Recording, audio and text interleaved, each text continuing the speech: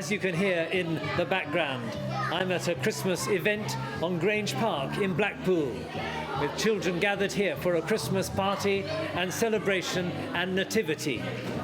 The recent extraordinary election campaign and result have all been about who holds the reins of power, who can form a government, and what our future relationship with Europe and one another in the United Kingdom is likely to be.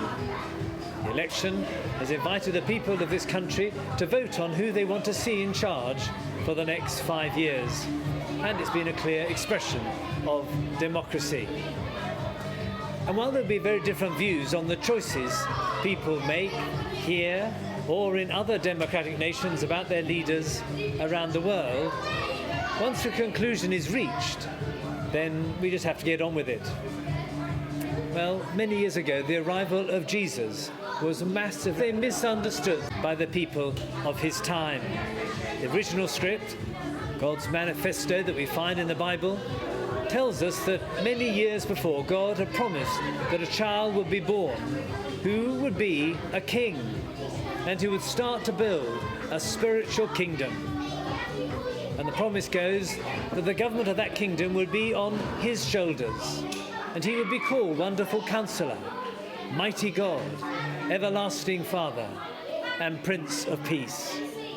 And of the increase of that government and peace, there would be no end. There's a promise that's found in the prophecy of Isaiah in the Old Testament, chapter 9 and verse 6. And there were certainly no 5-year terms envisaged in that government. Well, when Jesus came, Herod and the other leaders were threatened by him and had to get rid of him, because they misunderstood that his was a spiritual kingdom, bringing people back into relationship with their Maker. His is not a kingdom of this world. And so, as we celebrate Christmas again this year, in the light of this recent election, let's remember the claims of that original script, that Jesus was God on earth, and behind the scenes does indeed hold the reins of history. He was there at the beginning, and he will be there at the end as judge of all humankind. So we must not be fooled into believing or thinking that because he's a vulnerable baby, he's of no significance.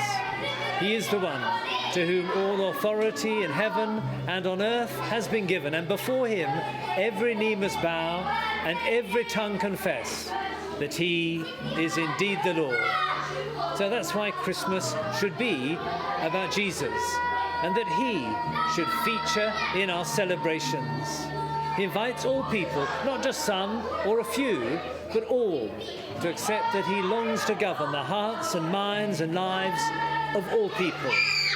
He waits to be patiently invited to be put at the centre rather than the margins of our lives. That is life in all its fullness. So why not check out a church near you on the internet to find out where there is a Christmas event close to where you live? Or why not sign up to a course somewhere that gives you the opportunity to ask your questions about God and life? And it's with that in mind that I wish all the people of Lancashire a joyful Christmas and a very purposeful New Year.